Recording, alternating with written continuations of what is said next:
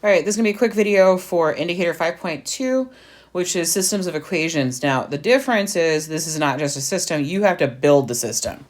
So let's take a look at what's going on here. We have general admission seats for $38 and box seats for $48 each.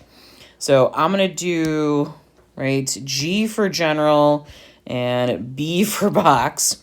So if I take all the general admission tickets plus all the box seat tickets, there were 400 tickets sold and $16,700 worth of tickets were sold.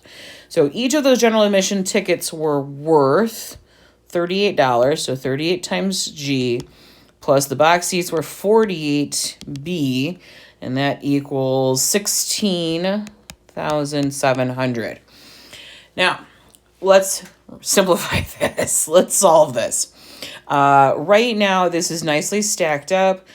We've got the pretty easy way to do elimination. We can either take this top equation times a negative 38 to make the general admission tickets cancel, or multiply it with negative 48. I'll go with the slightly smaller number, and I'm going to multiply this times a negative 38. So stack it back up. That's a negative 38G minus 38B equals...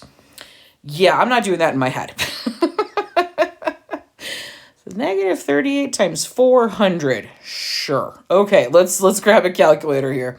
So negative 38 times 400, that equals negative 15,200. All right, everything's lovely and stacked up. So 38G minus 38G is gone. 48B minus 38B, that's going to be 10B. And then 16,700 minus 15,200 is 1,500. Let's go ahead and divide both sides by 10. So B is equal to, I think that's 150. It is. All right.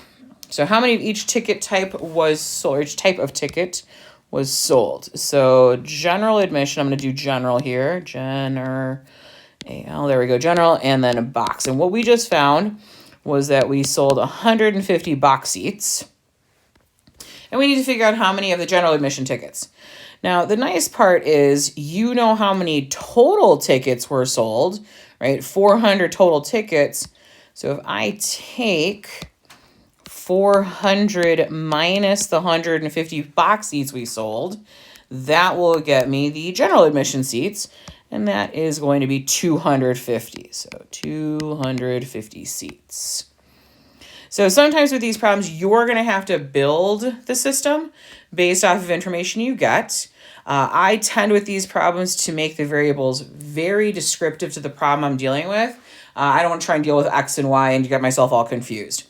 All right, so I will come back and do another video for indicator 5.3, which I believe is the last part of solving. As always, if you have any questions or concerns, let me know. Oops. Let's stop the video. There it goes.